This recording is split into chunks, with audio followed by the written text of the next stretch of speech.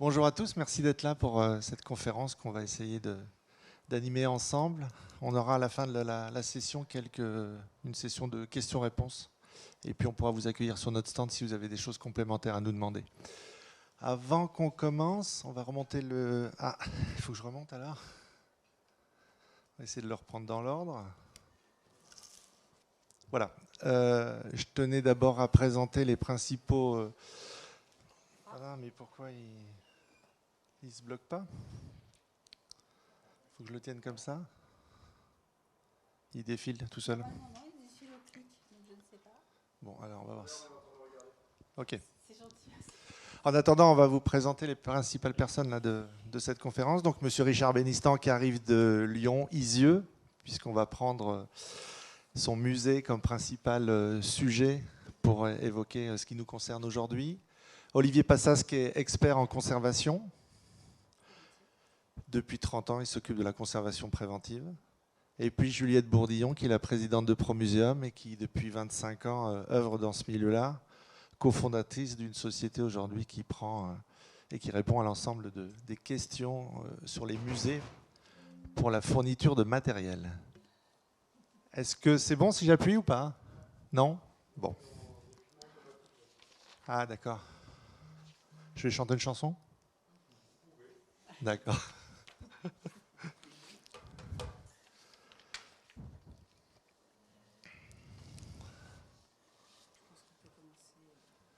On peut lancer? Donc on commence par vous, Richard. Hein, vous avez bien fait d'être là juste à l'heure, je vais vous passer le micro. Donc est-ce que vous pouvez nous expliquer un petit peu, on va voir les images après, un petit peu le contexte du projet et l'environnement, présenter votre musée. Bien sûr, avec plaisir. Donc je viens représenter le musée mémorial d'Isieux qui est installé à une centaine de kilomètres de Lyon. Et donc pour répondre à votre question, en fait, il faut remonter aux années 1943-44. Sabine Zlatin et son époux Miron Zlatin ouvrent une colonie d'accueil pour des enfants d'origine juive, de France et au-delà. Et malheureusement, cette époque se termine par une rafle le 6 avril 1944. Et Sabine Zlatin échappe à cette rafle.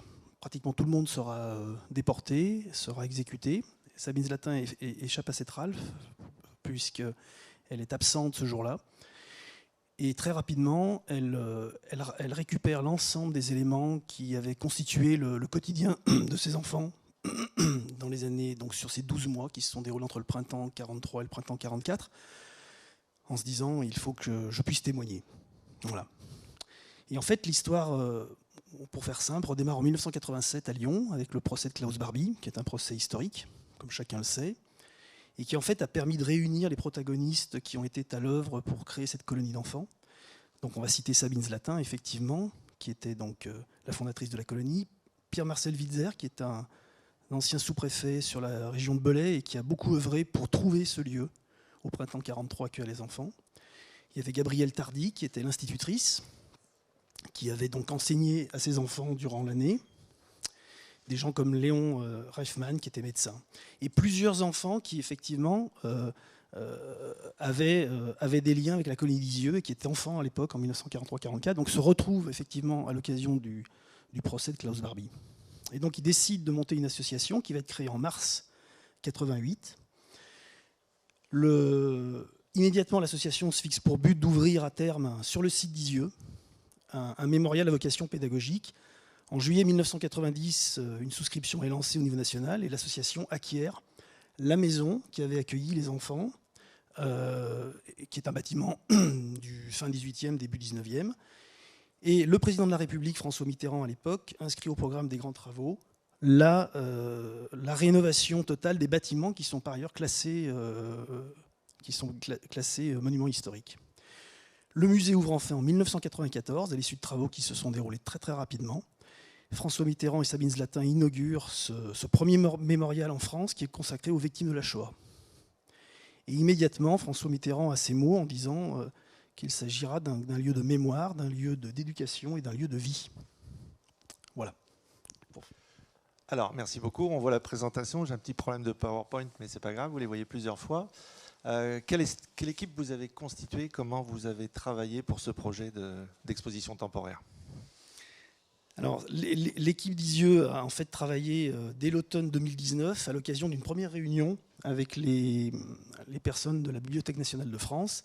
Et au tout départ, en fait, l'idée est de créer un catalogue qui va recenser l'ensemble des documents justement du fonds Sabine Zlatin. Sabine Zlatin a eu ce projet toute sa vie, elle a vécu sur Paris essentiellement après, et a tout de suite eu ce projet et a donc... Elle est décédée en 1996 et en 1993, elle a fait don de l'ensemble des objets qui lui étaient personnels et qui étaient propres à la colonie d'Isieux. En 1993, elle fait ce don à la Bibliothèque nationale de France et elle dit je choisis comme lieu de mémoire la Bibliothèque nationale, c'est-à-dire la France. Donc elle avait effectivement quelque chose de très ancré en elle par rapport à ce projet. Et à partir de ce projet de catalogue, pour valoriser les pièces originales du fonds Sabine Zlatin, la Bibliothèque nationale nous donne son accord pour envisager une exposition qui se tiendrait à Isieux et qui serait donc basée sur des originaux issus de cette collection. Et c'est par la suite que nous avons réalisé les aspects techniques que l'on va pouvoir peut-être voir ensuite. Oui. À partir de quand vous avez eu les premières contraintes par rapport à vos prêteurs? Alors, les contraintes sont arrivées effectivement, en fait... on a eu les éléments à partir de la période de 2021.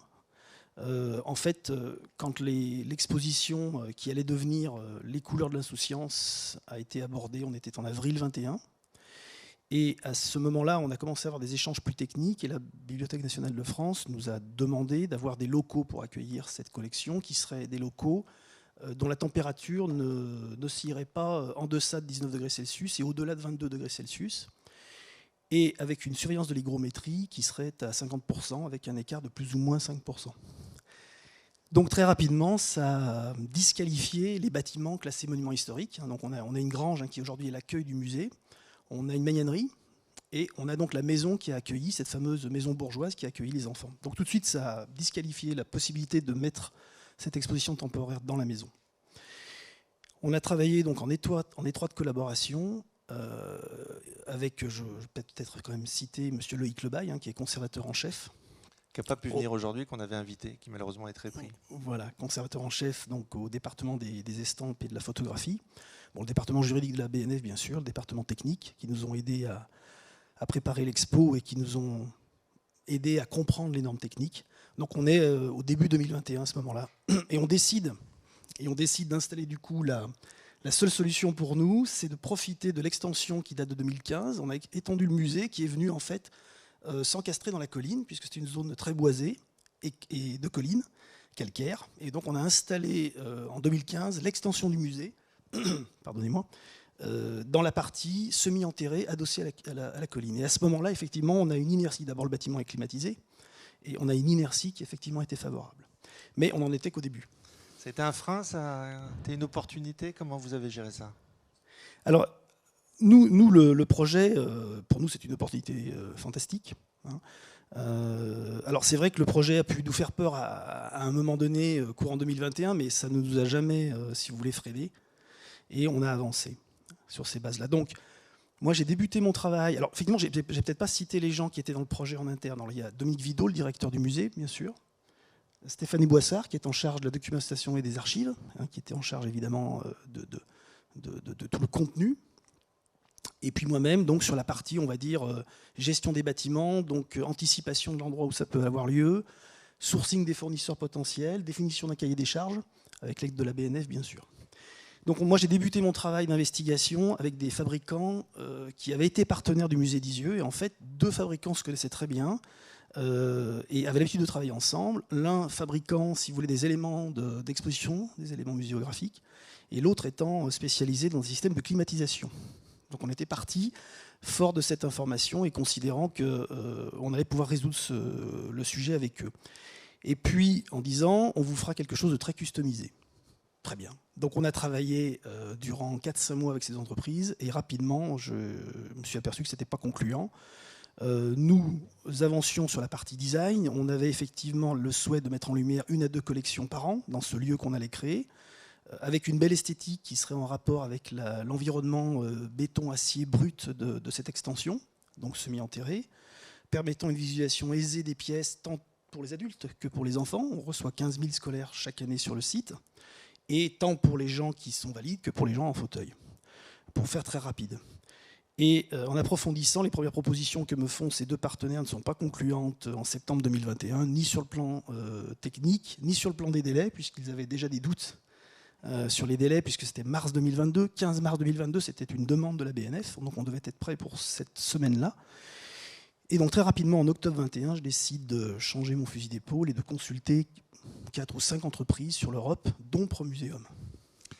Dites-nous un petit peu plus sur les conditions des prêteurs, comment vous avez collaboré avec eux, vos relations avec la BNF dont vous nous venez de citer le nom.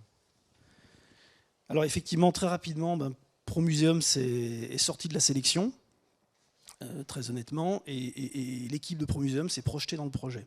En fait, on avait un projet finalement tous les trois qui était commun, la Bibliothèque nationale de France, vous et nous, qui impliquait une réalisation effectivement utilisant la technologie novatrice de supervision de l'hygrométrie via le système des membranes Fluxor, excusez-moi. Et cette technologie, vous nous l'avez présentée effectivement très rapidement, et vous nous avez expliqué quelque chose que nous ne savions pas, en disant, grâce à la grande inertie du bâtiment, tel qu'il est configuré, on va pouvoir jouer sur le paramètre hygrométrie grâce à cette gestion électronique continue du critère, et en fait, on va pouvoir en partie relayer le paramètre température au second plan. Vous avez fait un travail auprès de la BNF que nous étions incapables de faire, d'explication, de conviction. Et donc au final, on a signé une commande ensemble, Monsieur Cadet, c'était fin décembre 2021, et vous nous avez livré dans les temps, le 15 mars, les 3 vitrines. D'accord. Juste pour vous tous, derrière, vous voyez la fiche de renseignement demandée par la BNF auprès de vous. Oui, c'est ça. Et puis, donc après, comme vous l'avez expliqué, les relations qu'on a eues de façon tripartite entre la BNF, le client que vous êtes et société de services et de prestations que nous sommes, Promuseum. Est-ce que le contenu des exigences, on l'a là? Est-ce qu'il y en avait d'autres particulières? Vous en aviez certaines que vous nous aviez... Alors, effectivement, on avait des exigences, disons, qui étaient décrites dans ce document, et on avait pu avancer ce que nous, on était capable de faire. Ces contraintes, elles nous sont toujours apparues totalement justifiées au regard de l'enjeu, et de faire sortir des pièces de la BNF qui, en fait, n'avaient jamais été exposées jusque-là. Donc, effectivement, on avait des contraintes de design, on avait des contraintes liées à l'accès des PMR, etc., etc. Ok, merci beaucoup. Focus sur les différents aspects de la conservation préventive. Alors, on va se retourner vers notre expert, Olivier. Est-ce que tu peux, parce qu'on se tutoie dans la vraie vie, hein, pas non plus, présenter... C'est un petit milieu. Hein. C'est un petit milieu, ouais. Est-ce que tu peux nous expliquer un petit peu ça? Est-ce que tu peux nous dire les contraintes que d'autres musées, d'autres institutions peuvent avoir? Est-ce que tu peux nous faire un petit topo là-dessus? Alors, effectivement, les contraintes d'exposition temporaire sont nombreuses. Il y a celle qui nous vient à l'idée tout de suite, c'est-à-dire la sécurité. Donc ça, on n'en parle pas ici. Il y a les contraintes de la lumière lors des expositions. Ça, c'est un sujet qui n'est pas abordé non plus aujourd'hui sur ce thème. Mais il y a les contraintes de température et d'humidité relative. On sait qu'une œuvre qui va sortir des réserves, qui va être normalement dans des conditions optimales, c'est-à-dire à l'abri de la lumière, avec un climat stabilisé, va pouvoir effectivement résister au temps de nombreuses années, à nombreuses dizaines d'années, voilà. Et en revanche, quand on sort ces œuvres pour des expositions temporaires, là, l'œuvre est forcément maltraitée, elle est manipulée, elle est exposée à la lumière, donc j'en parlais, exposée aux polluants éventuellement, et surtout exposée à des conditions climatiques qui ne sont pas forcément habituelles. Une œuvre qui est retirée des réserves pour être exposée, elle doit absolument avoir une stabilité d'hygrométrie. Il faut éviter les variations. Il faut que ça soit stable. Également en température, hein, c'est préférable. Mais on privilégie, dans tous les cas de figure, on privilégie l'hygrométrie. Ok. Donc ce qu'il faut éviter, impérativement, des variations de température et d'hygrométrie assez fortes. ça veut dire qu'il faut bien... Les variations peuvent être acceptables hein, si elles sont lentes. Ok, ça veut dire qu'il faut qu'on ait aussi des datas de l'environnement dans lequel on va mettre la vitrine. C'est le principe. Le principe pour préparer une bonne exposition temporaire, il faut avoir des datas sur la salle qui va recevoir l'exposition et prendre les décisions donc en fonction de ces datas à différents endroits parce que le climat n'est pas le même à l'entrée de la salle d'expo que dans un coin reculé. Donc il faut avoir toutes ces informations et créer des vitrines qui permettent de pallier les différents problèmes de climat qu'on a dans la salle. Les principales garanties, les principaux points qu'examinent précisément les prêteurs? Alors les prêteurs, évidemment, sont vigilants en fonction des œuvres. Il y a les prêteurs, il y a aussi les assureurs hein, qui envoient des consultants en conservation préventive faire des mesures donc d'humidité, relever les datas sur les œuvres qui sont en vitrine, mesurer la lumière. Donc ça, effectivement, c'est des exigences qui sont très fortes. Et c'est pour ça que dans les chartes, on impose dans les cahiers des charges d'être très très rigoureux. Des fois, plus rigoureux, je dirais, parce que j'ai des expériences où les prêteurs sont plus rigoureux pour des expositions temporaires que dans leurs réserves. Donc ça fait aussi sourire de temps en temps. Mais effectivement, on a par exemple la BNF qui demande sur ses cahiers des charges des fois de réguler la température. Alors en fonction des objets, effectivement, on prend du recul là-dessus. Ça amènerait une autre conférence, une autre discussion. Il y a des gens avec qui on en discute souvent. Des gens qui sont connus dans ce domaine-là comme Bertrand Lavidrine, Éléonore Kissel, ou des gens qui ont des avis particuliers sur ce sujet-là. Et on s'appuie sur des normes. Alors on s'appuie sur des normes de toute façon, puisque moi ça fait 30 ans, effectivement, comme tu l'as dit, que j'ai assisté aux premières journées de débat, aux ATP de conservation préventive. Depuis, on a constitué des normes. Avant, il n'y avait pas grand-chose. On a travaillé. Je fais partie aussi des comités internationaux sur les normes de conservation, diverses et variées, via l'AFNOR. Et on a travaillé pour constituer effectivement toutes ces normes, alors avec chacun sa spécialité. Des normes sur les vitrines, il y en a, à ma connaissance, 4.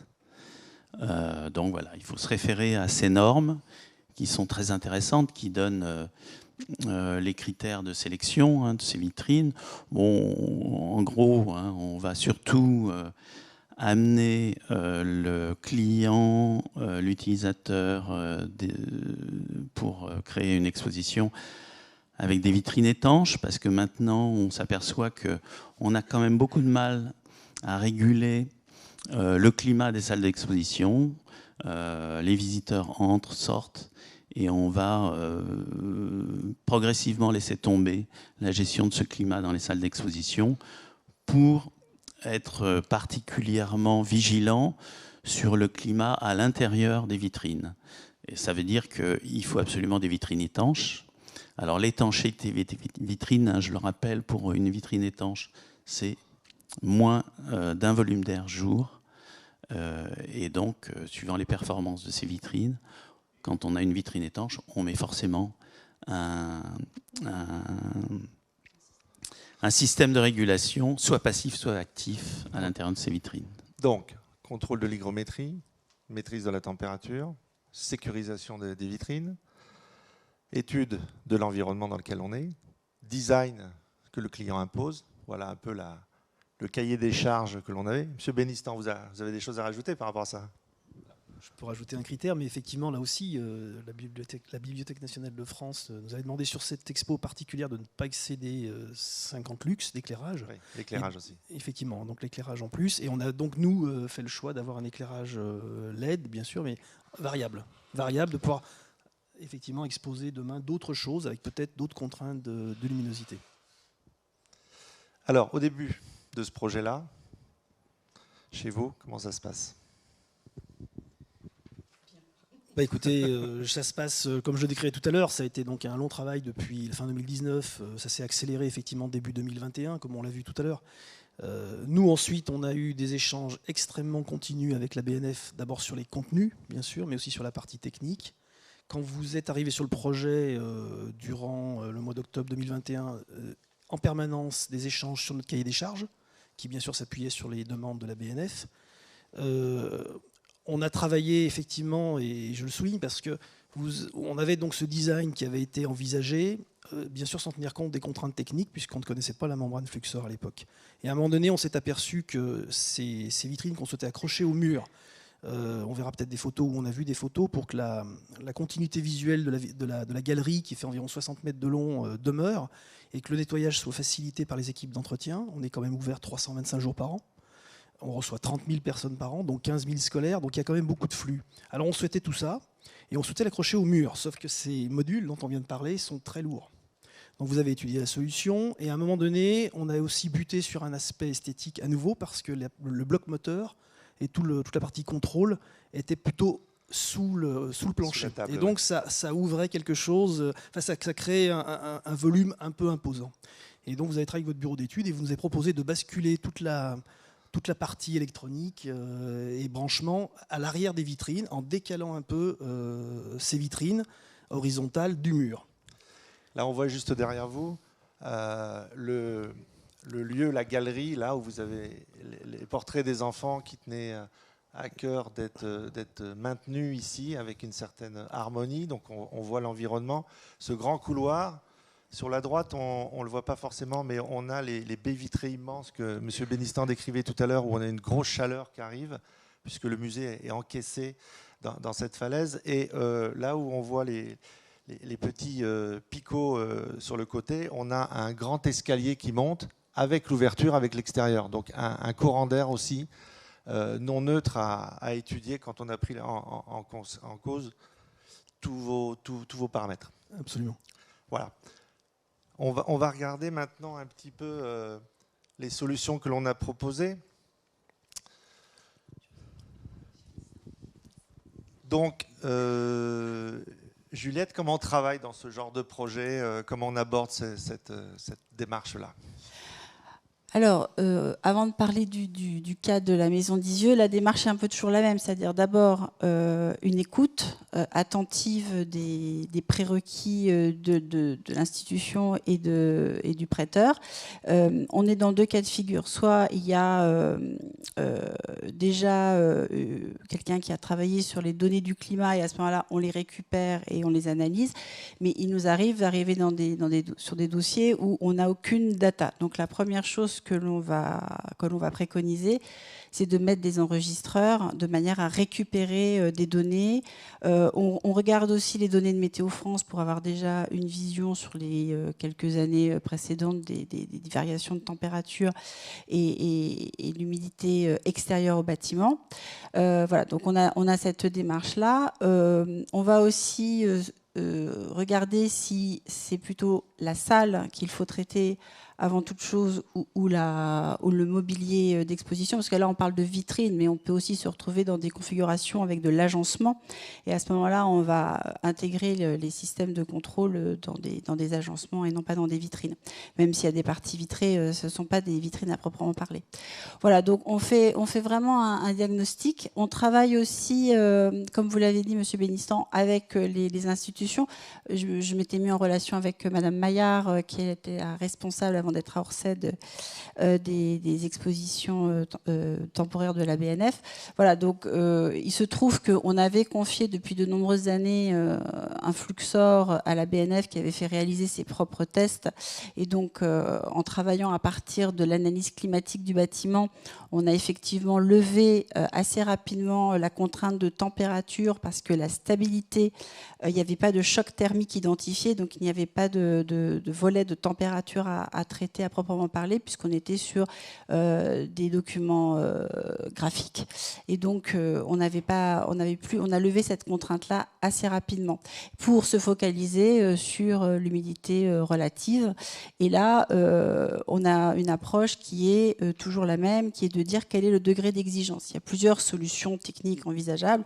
Vous connaissez tous les solutions produits dessicants pour faire du contrôle hygrométrique passif. Dans beaucoup de cas, c'est suffisant. Et quand les œuvres nécessitent une stabilité plus précise, on va effectivement envisager l'actif. Alors, je reviens juste sur ce que tu disais sur l'étanchéité des vitrines. Aujourd'hui, donc il y a une norme qui est en cours de révision et on part du principe qu'une vitrine étanche est étanche à 0,4 volume d'air jour. Elle est forcément moins étanche qu'une vitrine à 0,1 volume d'air jour, donc on ne va pas mettre les mêmes moyens pour atteindre les objectifs. Mais c'est vrai que pour être parfaitement efficace, plus la vitrine est étanche, plus les systèmes mis en place vont être performants. En général, quel type de solution on peut envisager alors, déjà, on peut faire un petit point sur les vitrines, ce qu'on appelle, nous, les vitrines patrimoniales, c'est-à-dire les vitrines qui répondent aux normes de conservation que tu évoquais, Olivier, c'est-à-dire des vitrines inertes, étanches, mais aussi des vitrines, si tu peux passer des vitrines qui vont répondre à la norme en termes, vous avez parlé de la lumière. Alors, la lumière, il y a les luxes, mais il y a aussi le dégagement de chaleur que va émettre les éclairages. Pour Isieux, on a utilisé les éclairages de Corporate Friends qui aujourd'hui sont les éclairages qui dégagent le moins de chaleur dans l'espace d'exposition. Et effectivement, ils sont gradables complètement. Dans la norme, vous avez aussi une question sur l'accessibilité à l'espace d'exposition sans risque d'endommager les collections, qui est toujours mis en avant dans toutes les normes. Et là, pour le coup, en ce qui concerne Isieux, il a fallu faire des choix de parti pris pour respecter le cahier des charges, puisque vous vouliez, comme vous l'avez exprimé, avoir quelque chose de pas trop massif. Donc on a réussi à mettre tout le système technique à l'arrière, et notamment pour être à la bonne hauteur pour l'accessibilité PMR. Ce qui fait qu'on est sur des vitrines très imposantes, allégées de par la forme. On vous a proposé une forme inclinée, donc là c'était vraiment pour la partie design. Et puis toute la partie vitrée est sur vérin à gaz pour pouvoir ouvrir et fermer facilement. Mais vous m'aviez fait la remarque que pour autant vous deviez vous baisser pour pouvoir remplir et mettre les collections dans la vitrine. Voilà, donc il y a toujours des compromis, des partis pris. Donc ça, c'est un échange qu'on fait avec l'institution quand on élabore au niveau du bureau d'études la conception de la vitrine. Alors bien sûr, ce sont des vitrines avec des verres anti-effraction, donc des verres feuilletés, qui mécaniquement bloquent quasiment la totalité des UV. Et puis, on a des serrures de sécurité type Abloy. On peut aussi proposer une mise sous alarme. Là, ce n'était pas une demande, donc il n'y a pas eu de mise sous alarme globale. Voilà, vous aviez le bâtiment est sous alarme par lui-même. On va voir concrètement comment on a traité Isieux. Oui, alors avant, il y a une slide sur le système, le système passif que vous connaissez. Donc, que ce soit du Prosorb, du silicalgel ou de la propadine, là c'est un choix en termes de conservation préventive du choix du matériau. Bon, nous, on a une préférence pour la propadine parce que les tests qu'on a faits, et on a fait une publication à ce sujet-là, montrent qu'il est extrêmement réactif. Parce que quand vous mettez un contrôle hygrométrique actif, alors on demande à ce que les appareils soient sous onduleur en cas de coupure électrique, mais là, pour le coup, c'était vraiment pas possible de mettre un onduleur, il n'y avait pas l'espace technique. Donc, si jamais il y a une coupure d'électricité, il faut absolument mettre un passif qui prenne le relais de l'actif. Donc, il nous faut un dessicant qui soit extrêmement réactif, ce qui est le cas le propadine. Et puis, le propadine est très précis en résolution. Donc, c'est vrai que quand on met un actif, c'est qu'on a une exigence en termes de résultats. Donc, voilà. Et alors ça, c'est le système actif qu'on a proposé à Isieux qui fonctionne par membrane. Donc on va en fait avoir un courant électrique qui passe à travers deux membranes qui sont dans un sens inversé, l'anode et la cathode, permettant ainsi d'enrichir ou d'appauvrir en eau l'air contenu dans l'espace d'exposition. Alors on aime bien ce système parce que ça fait maintenant plus de 10 ans qu'on le propose. Les premières publications datent de 2011. Le produit a beaucoup évolué. Aujourd'hui, il est pilotable à distance. On va vous montrer la plateforme de réception des données. Le principe est toujours le même. On a un plancher technique avec les membranes, une sonde dans l'espace d'exposition qui envoie au contrôleur situé en dessous quelles sont les données en termes de température et d'humidité relative de l'espace parfaitement étanche. Et s'il y a besoin de déshumidifier ou d'humidifier, selon, il va actionner dans un sens ou dans l'autre les deux membranes. Pas de maintenance, pas de vibration, pas de bruit. C'est un système assez vertueux et voilà. Il fonctionne aussi quelles que soient les températures. Les DRAC nous le prennent aussi pour les églises. On a fait récemment l'église de Cuffy. Par 5-6 degrés, on obtient une stabilité de l'humidité relative sans avoir besoin d'un opérateur qui vienne gérer un condensat comme dans les systèmes autres qui existent. Voilà. On voit là par exemple le contrôleur qui est dans la partie non étanche de la vitrine et c'est ce contrôleur-là qui prenait de la place pour, comme l'a dit M. Bénistan, qui venait dessous initialement et qui empêchait éventuellement soit les enfants, soit des gens en fauteuil de pouvoir venir voir les œuvres de plus près. Donc on voit ensuite... Donc ça, c'est les publications. Si jamais vous vouliez aller un petit peu plus loin dans les techniques des membranes de polymères poreux, je les tiens à votre disposition. Mais voilà, donc les premières publications datent de 2011. Alors ça, c'est le montage à blanc de la vitrine, des 3 vitrines, parce qu'en fait il y avait trois modules. Donc le montage à blanc qu'on a fait, donc vous voyez que c'est donc entièrement métal, donc ça permet une inertie complète. On avait effectivement à droite, vous apercevez le compartiment technique qui est sur toute la longueur à l'arrière de la vitrine. On a fait des calculs très précis de report de charge parce que on est quand même sur des vitrines de plus de presque 200 kilos chacune. Donc on a fait un calcul de report de charge pour qu'il n'y ait pas de problème. Vous apercevez dans le plateau du bas pour la circulation de l'air les perforations qui sont déjà prévues. Et vous apercevez dans le fond donc les découpes pour fixer les futures membranes. Donc là, ces contrôles-là, pour compléter, sont faits dans nos ateliers, juste avant d'être expédiés sur le site du musée d'Isieux. Ce qui nous permet de réaliser les tests d'étanchéité avant installation sur site. Voilà, donc là, vous avez percevé l'habillage intérieur avec les perforations sur les plateaux destinés à recevoir l'éclairage. Alors, il faut savoir que les éclairages sont la première source de fuite d'air. Donc tous les éclairages doivent être après siliconés sur site pour vérifier que les vitrines restent bien étanches. Quelques heures et quelques kilomètres plus loin, Voilà, donc là on est en plein montage avec des tables de levage au vu des poids des vitrines. Et puis vous voyez là, tout l'enjeu dans des installations comme ça, c'est que les murs ne sont pas droits, les sols ne sont pas droits, donc il faut réajuster. Parce que pour le coup, le métal, lui, ne va pas. C'est pas du bois. On peut pas le retailler sur place, on peut pas améliorer. Donc tout est dans le système de fixation qui doit permettre des réglages sur site. Et donc là, vous apercevez voilà, les câblages en cours de réalisation. Et voilà les fameuses membranes. Alors, pour Isieux, vous voyez, on a rajouté sur ces membranes des ventilations pour pouvoir brasser l'air et ne pas avoir d'effet de stratification du traitement de l'humidité relative dans les vitrines. Voilà, donc ces petits ventilateurs silencieux permettent un parfait brassage de l'air entrant et sortant. Et c'est cette partie-là qui est derrière pour des questions esthétiques. Donc là, on le voit mieux. Donc tout a été testé avant de refermer les vitrines, mais là, elles sont... Ça devrait déclencher une petite vidéo. Voilà. Peut-être baisser un petit peu le son pour qu'on puisse poursuivre nos échanges. Voilà, donc le résultat, une fois l'exposition... Alors, quand vous disiez que la BNF vous avait imposé une date, puisqu'effectivement, quand les collections arrivent, les vitrines doivent être parfaitement opérationnelles pour que, une fois les œuvres placées par les conservateurs de la BNF, les vitrines sont fermées et ne sont pas rouvertes jusqu'à la fin de l'exposition, de manière à en garantir et la sécurité contre les effractions, mais aussi, bien sûr, en termes de conservation préventive.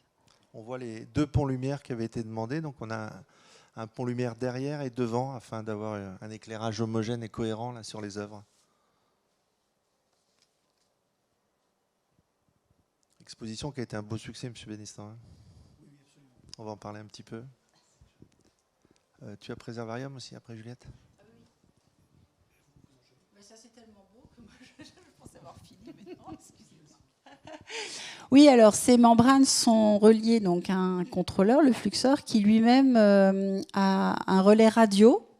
Ce relais radio permet d'accéder à un cloud qu'on appelle Préservarium. Alors nous, on a fait le choix que cette plateforme soit gratuite.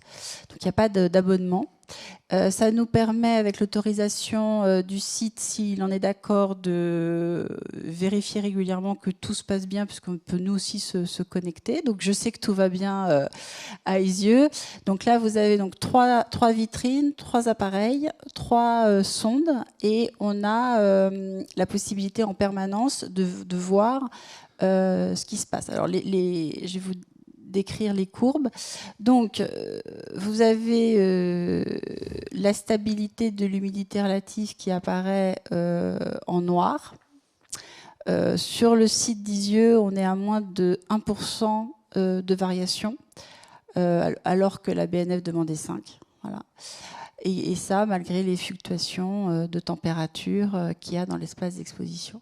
Voilà. Donc l'image d'avant, en fait, c'est le tableau de bord de M. Bénistan. On a mis la photo de ces vitrines. Vous voyez des icônes au milieu. Il clique dessus et il a la température, l'hygrométrie de chacune de ces vitrines. Donc on le fait aussi. Ici, c'est pour 3 vitrines, mais on peut le faire pour une expo temporaire, pour autant de vitrines que vous le souhaitez. On a aussi la possibilité à distance, si le prêteur considère que finalement c'est pas 50 mais 48 qu'il veut, à distance, on peut changer le paramétrage des fluxors et donc intervenir à distance. Et on peut bien sûr exporter les données, les envoyer. Alors après, je ne sais pas, M. Bénistan, si vous avez fait le choix de donner à la BNF l'accès à la plateforme. Non. Alors il y a des prêteurs qui le demandent, c'est même un impératif. La BNF, par exemple, lorsqu'elle a sorti son dernier marché là pour des vitrines au sein de la BNF, il y avait l'exigence de pouvoir en permanence donner l'accès. Voilà, c'est quelque chose qu'on fait sans souci. Merci. On en parlait à demi-mot tout à l'heure. Si on fait un bilan de l'opération, alors on doit avoir un petit film qui passe. Est-ce que ça passe ou pas? Il faut recliquer. Je reclique. Ah, on peut avoir du son là peut-être? Documents uniques témoignent du vécu de ces enfants séparés de leur famille pendant la guerre.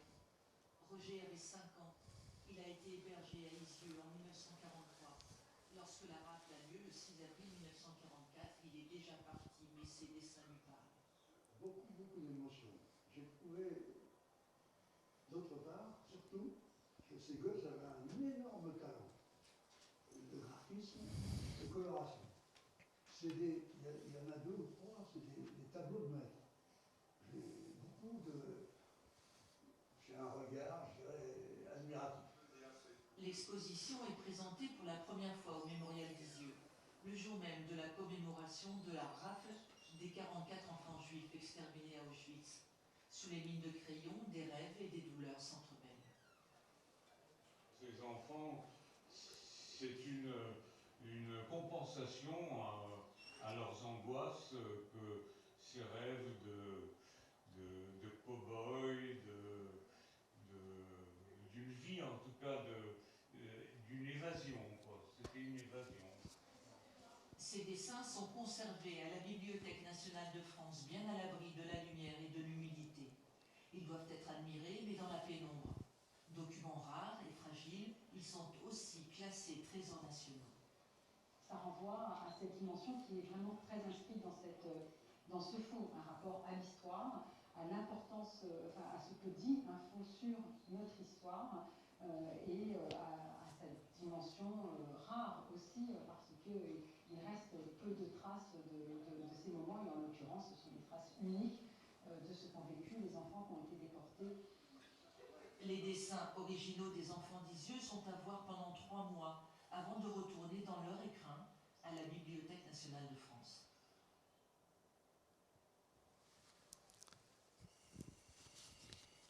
Pour conclure, Monsieur Bénistan, un petit mot avant qu'on ait quelques questions et quelques réponses. Alors effectivement, peut-être un petit mot sur ce que ça nous a apporté et peut-être les retombées médiatiques qui sont forcément importantes pour le musée. Alors, je dirais il y a plusieurs volets sur ce que nous a apporté ce projet. Tout d'abord, c'est une réussite, il faut le souligner. Techniquement, c'est une réussite parce qu'on a réussi à travailler en commun. Donc, on le disait, la Bibliothèque nationale de France, Promuséum. J'ai oublié de citer M. Thiolière, qui est installé à Saint-Étienne et qui est diplômé restaurateur-conservateur et qui nous a aussi aidé à travailler le design et qui nous aide par ailleurs à faire le montage des expos avec tous les petits modules à l'intérieur des vitrines. Et c'est important de le citer aussi. Donc un travail de collaboration en interne et avec vous, les partenaires externes, important pour nous, et je le souligne. Pour nous, c'était un enjeu majeur parce que démontrer qu'on était à ce niveau d'exigence par rapport à la BNF, qui est un partenaire essentiel pour nous, c'était quelque chose de très important.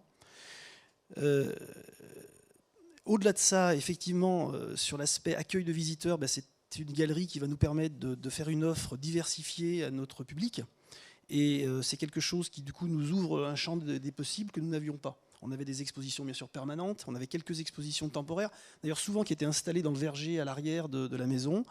Là, on peut avoir quelque chose qui est très qualitatif à l'intérieur. Et enfin, des retombées médiatiques. On a eu beaucoup de couvertures sur la presse écrite et la presse audiovisuelle. On vient de voir un exemple. Donc, elles se font maintenant, les retombées aussi, sur les expos temporaires, puisqu'on va enchaîner avec une exposition de documents qui nous ont été prêtés par Serge Klarsfeld, qui sont issus de son fonds personnel, qui va démarrer au mois de juillet. Donc, si vous voulez, pour nous, des choses extrêmement positives. Et je finirai comme cela, parce que c'est à la fois anecdotique, mais ça ne l'est pas. On a eu un certain nombre de retombées médiatiques qui ont souligné l'élégance des vitrines. Donc, je le dis, parce que ça fait partie des motifs de satisfaction que nous pouvons partager. Voilà. Merci beaucoup. Il nous reste quelques minutes. Est-ce que certaines ou certains d'entre vous auraient quelques questions? Qu'on vous passe le micro.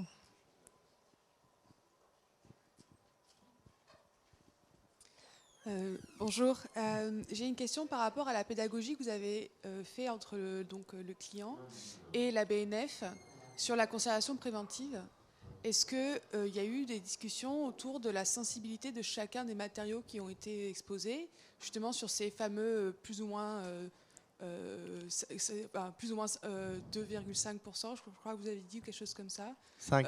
Voilà, 5% en unité relative. Est-ce que vous avez eu justement des discussions sur la nécessité d'appliquer ces normes pour ces objets-là? Je crois que c'est une très bonne question, Juliette. Je pense que Toi qui as les relations privilégiées avec la BNF. Oui, alors effectivement, on part toujours du fond, c'est-à-dire qu'il n'y a pas de solution type, on part toujours du fond. Et en l'occurrence, comme c'est un couloir et qu'il y avait quand même un brassage d'air et du passage, la BNF, donc c'est de l'art graphique, c'est des dessins assez classiques, mais ils avaient demandé, c'est un fond assez homogène, donc les vitrines, au final, on est parti sur la même hystérésie et la même valeur cible, mais ils étaient très regardants sur la stabilité. C'était vraiment ça leur sujet, c'était la stabilité de l'humidité relative. Parce qu'en fait, le système Fluxor leur garantissait que dans les conditions extérieures identifiées et les variations de température identifiées à l'extérieur, la propagation, puisque vous savez qu'il y a un coefficient de propagation de la température extérieure à l'intérieur de la vitrine, mais le Fluxor était totalement en capacité de stabiliser parfaitement l'humidité relative. Donc, ça correspondait aux exigences de la BNF. Après, donc, tout ça, c'est beaucoup de discussions, beaucoup d'échanges de mails, beaucoup de... Voilà, effectivement, on part toujours du fond exact pour être sûr d'apporter la réponse pertinente. Ce qui est intéressant d'entendre aussi, c'est que dans le projet qu'on a mené, c'est cette organisation tripartite qu'il y a entre le client, les prêteurs. Et là, on a une valeur ajoutée sous le couvert de notre client, d'avoir des échanges comme ça qui sont pour arriver à un résultat. Donc ça, c'est vraiment fondamental, ça permet d'avancer. Et il n'y a aucune ambiguïté sur les résultats dès lors que tout le monde les a validés en amont.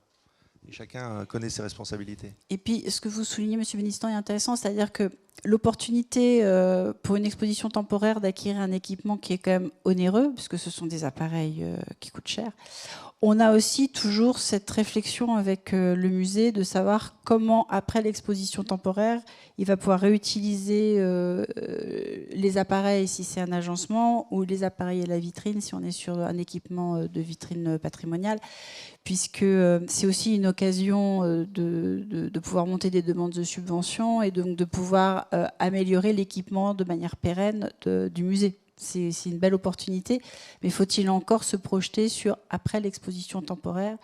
Et c'est vrai que nous, on a une démarche aujourd'hui d'essayer de concevoir des mobiliers qui vont être évolutifs. Là, on a notamment travaillé cette année avec le chronographe à Rezé. Voilà, pour une exposition temporaire qui était Le Verre dans tous ses états, qui d'ailleurs est finaliste là du concours organisé par les scénographes. Elle avait bien sûr cette problématique d'avoir des vitrines patrimoniales avec là un système passif puisque c'était du verre et que donc il n'y avait pas besoin de passer un système actif, de pouvoir les réutiliser. Et donc on a conçu les vitrines avec immédiatement là c'est des vitrines qu'elle posait sur des tables, de pouvoir réutiliser ces vitrines sur pied pour en faire des vitrines autonomes pour son espace d'exposition permanente. Voilà. On essaye toujours de se projeter sur l'usage du matériel après l'exposition temporaire. Multi-usage, oui. Oui.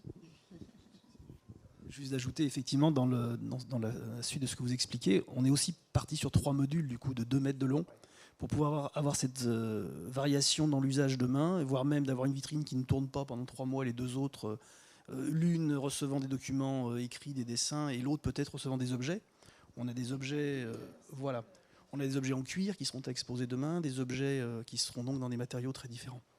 Il y avait 6 mètres de long, et comme le dit M. Benistan, on a divisé les 6 mètres en 3 vitrines de 2 mètres qui peuvent être demain complètement autonomes. Est-ce qu'il y a une ou plusieurs autres questions? Je suis désolée, je vais devoir vous interrompre. Malheureusement, notre temps de parole est terminé. Et merci beaucoup pour votre intervention. Alors, juste avant pour conclure, si vous avez besoin d'informations complémentaires ou relayer certains propos qu'on a eus, on vous attend sur notre stand Promuséum. On est B18 et B20. Merci beaucoup de votre attention. Merci à vous.